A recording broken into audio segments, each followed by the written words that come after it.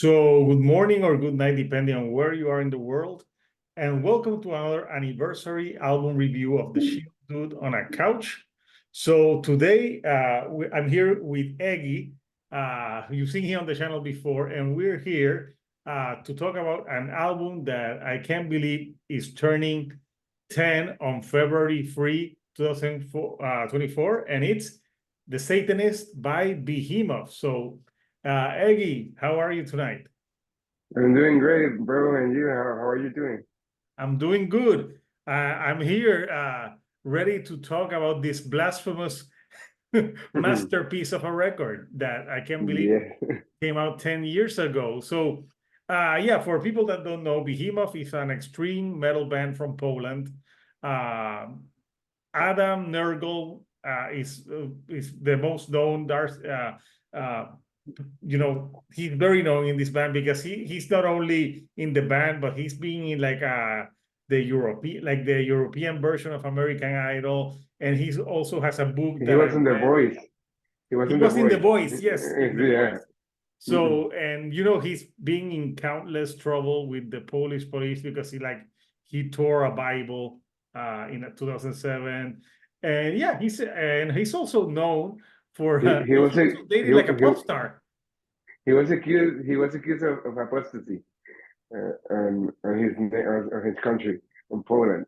Yeah, and this is the band's 10th album, and there's some people don't think it's their best album, but I think it's their peak album, their masterpiece. Yeah. Uh, Hmm. I remember before this, I think they put out Evangelion, which I thought was really awesome.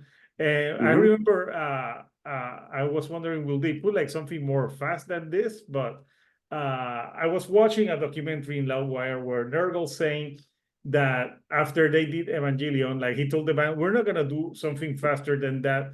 They wanted to do an album that was more organic and I think sinister, because this is an album that it's not soft by any means, but Hmm. it's not super fast. It's more eerie, and of course it takes balls to name an Hmm. album The Satanist. So first, let's talk about the first impressions when this came out 10 years ago.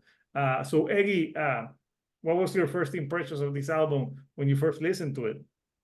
I remember that I was really desperate to hear it, like a few days before it came out, and someone sent me a link. I don't know if it was you who sent me a link. And when I heard it, man, I was like blown away. It was like instantly one of my favorite extreme metal records of all time, like immediately. Everything about it, the production was great. Um, the message, everything, man, the guitars, the atmosphere of the record, everything was like awesome, man. And it's that feeling that I have with that album is the same feeling that I have with another band that's on the extreme category. That is called The Covenant. When they released the album Nexus Polaris, I also felt the same way when I heard like the same way when I heard the Satanist. I felt the same way that I felt when I heard Nexus Polaris from the Covenant, because they were like albums that, uh, even though they were extreme metal, they were like very well produced, very well recorded. Everything was great. Like every song has this this great thing about it. I love every song, man. This song is full of good songs, great songs. Yeah, and it's 9 songs, 44 minutes. And I do remember when it came out, I had Evangelion and I listened to some of Behemoth's record, but I wasn't like a huge Behemoth fan. Hmm. But with this record, I don't know, they gained my respect. And I'm trying to remember my 2014 list. I think this album was in the top three. But going back right now, it should have been my no, no. I think it was I'm trying to It was remember. your number one. It was my It was number your one. number Yeah, one. I was Yeah. trying to remember. Yeah, this was my number one album of that I year. remember. I was like thinking like, no, this has had to be. I was confusing it with 2015. But yeah, this was my album of the year in 2014, and a good reason for it. So yeah, when I listened to this, I like some extreme metal, but not like not everything. But I thought that this was extreme, but also I could understand lyrics, Mm-hmm. and I like the atmospheric, like haunting nature to it. Uh, we'll talk like tracks from the album. Obviously, they had "Blow Your Trumpet, Gabrielle," which was the first single, and what a way to start an album. It starts Mm-hmm. heavy, those distorted guitars, and when there goes like "Blow Your Trumpet, Mm-hmm. Gabrielle," like I like the how he enunciates Mm-hmm. the with such evil things. And I read the book that he did, and this also is very important to mention that this was the album that he put out after surviving cancer. Yeah. Mm-hmm. So yeah, it's an album that he did it while he was sick. Uh, so the themes of this album is like good versus evil, and obviously Nergal, his beliefs is that he studied Satanism, and he believes that the church is it's the enemy, and if I've read stuff about Satanism, that doesn't mean I'm a Satanist, but Mm-hmm. yeah, it's not as evil as people seem to see. It's more like a religion of what I've interpreted, like of more like believing in yourself and putting yourself Mm-hmm. first. The- Yeah, it's a way of life. Like yeah, when. which when you read it, it's like it doesn't sound that bad. It's just Mm-hmm. saying that you're more in control in your life than some like God who's in the sky. Uh so yeah, it's interesting. But I'm not gonna become a Satanist, but yeah, I think this album, I enjoyed it, and I thought it's turning 10 years. We got to talk about this record. So, Eggy, what are your favorite tracks from this record? Well, I love Roger Trump's Gabriel because it set up the mood of the album, and also the video of that song is awesome. Ora Pro Nobis Lucifer is one of the banger. The title track, The Satanist, and my favorite song of the whole album is the closer Of course. of Father of Satan, O Son. That song, I'm not a Satanist by any means, but that song just, man, it's like wow, like it's it's so like atmospheric, the atmosphere behind the song, like the way he sings, like the last part when he starts talking, like at the end of Yeah, the because song, that he's got a quote that he did with mm-hmm, someone else who he worked on a previous record. And yeah, it just ends the album like where he says, the quote is pretty interesting in itself. I have the quote right here. The quote is, "I reject all order, all ideas. I trust no abstraction, no doctrine. I don't believe in God nor in mind. Forget all gods. I don't believe in God. Give me man. May he be like me, troubled and immature, confused and incomplete, dark and obscure, so that I can dance with him, pretend to him, degrade myself with him, and this is this and rape him, love him, and forge myself anew from him, so I can grow through him, and in that way celebrate my marriage in the sacred human church." And yeah, that's a interesting one. But you know what? That's not on that song. That's In the Absence of Light. That's the spoken word. that's another great track. That's Yeah. the one that goes before the closer, Yes. before or I'm glad I before. just can see the comments like that's not in that song. I'm like, oh my God, when I read like I know that's not in that song. That's In the Absence of Light. They had that. But on a Father Side of Song, he's like he does like a speech as well, Hmm. but it's pretty good as well. So people do not correct me on the comments. I'm like, oh no, my God, I realized no, that's in the song before that. Don't worry. Also, another thing that I wanted to comment about the album is that I heard that he was very pissed at the Christian people for this album because when he got sick, a lot of Christian people like wish him like dead Yes. and yeah, yeah, and he was like really pissed about it. So that's another thing that makes him like make him like wanted to create this album. That it's something that I read or an interview I saw from him. I don't remember when, where, or when it was, but I heard him talk something like that. Like he was pissed about that. Yeah, I think that's why he named it the Satanist. And the song that you mentioned, that Ora Pro Nobis Lucifer, I saw the Hmm. documentary. They wrote, Nurgle says that they wrote that song in 45 minutes. And it was almost an outtake of the album. They almost didn't include that song on the album. And it's a banger live. Yeah. Uh, so to me, my favorite songs, Blow Your Trumpets, Gabrielle. It's a great opener.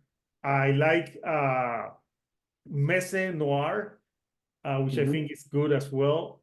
Ora Pro Nobis Lucifer is great. And of course, O Father, O Satan, O Son is just a great album closer. And we actually listened to this song live when we saw Behemoth in Yeah. 2014 in Puerto Rico. Yeah. Remember, I was in that concert with you. Yeah. And they opened with it with Ora Prono. They opened the concert with that song, Yeah, but I and think they closed with O Father, O Satan, O Son. Remember? yeah, yeah. Hmm. And at the beginning, I remember that when he started like the first song, the Hola Pronovis, he went with candles or something, and he almost set everything on fire.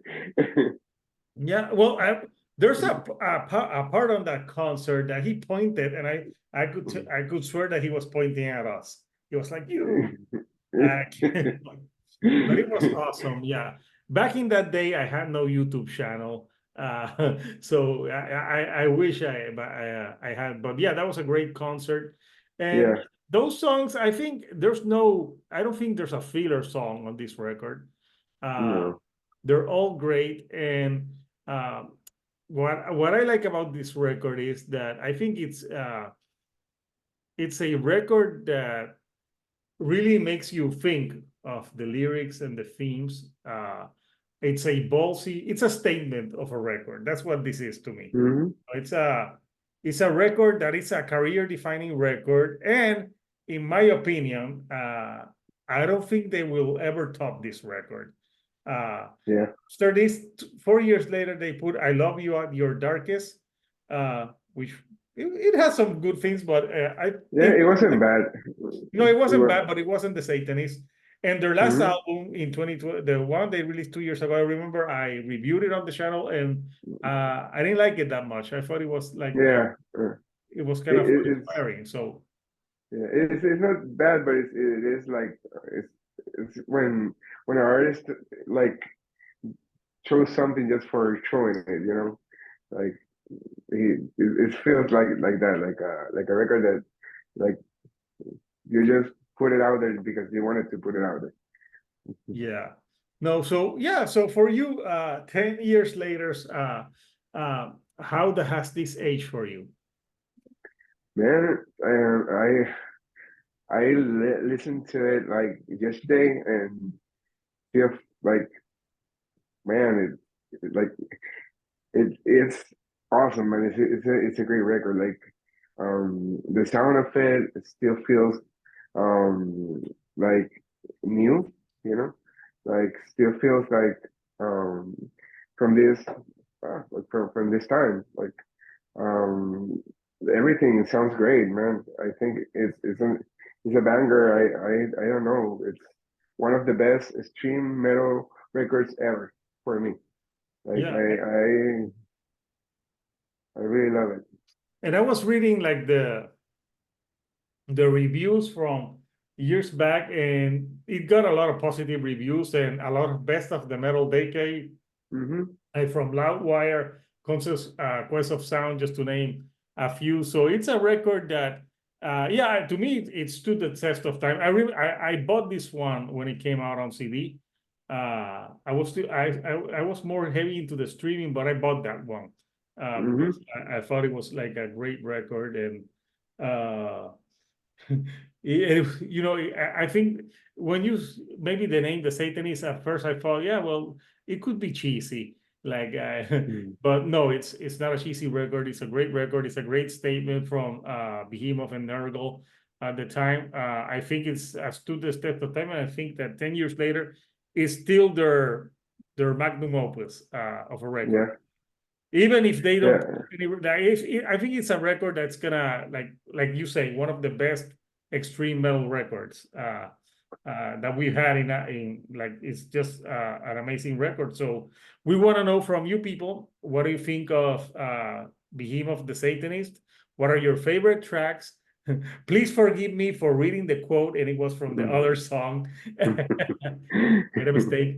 But yeah, You're forgiven. I obviously I love O Father of Satan of Son. But yeah, at the end of O Father of Satan of Son, he starts saying something about the ether, and like and Hmm. at the end he says, "Oh Father of Satan," and then he Hmm. shouts, "Oh Son," and then the tan tan an, an, which I Hmm. thought is great. And also on the interview I saw, he said that the beginning of that song is like two chords, and he told like Hmm. that's what we just need, two chords, and it brings that eeriness to that song.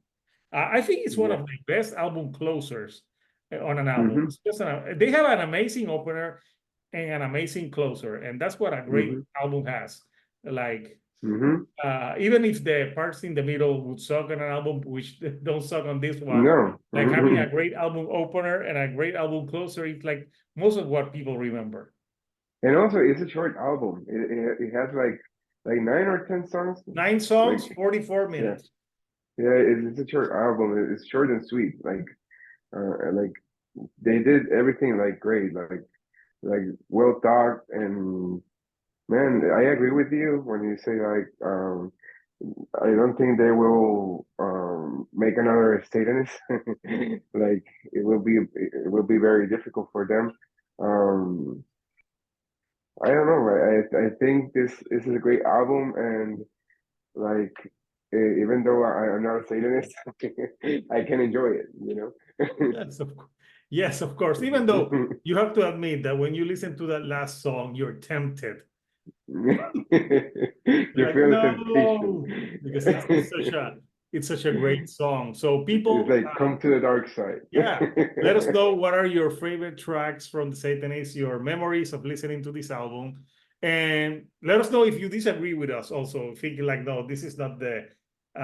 There's more extreme records that I would put from this. Put them on the comments, and if you like the videos that I'm putting out, please don't forget to give me a like, and do not forget to subscribe.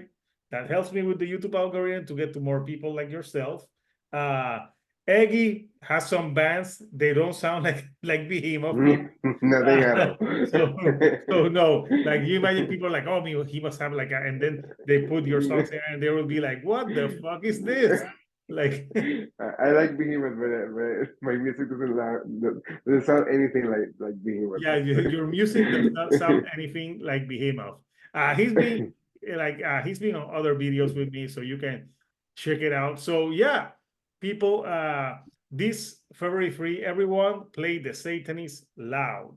So until next time, people, this is Hector, the shield dude on a couch, and I'll see you all right here on the couch. Thank you and goodbye.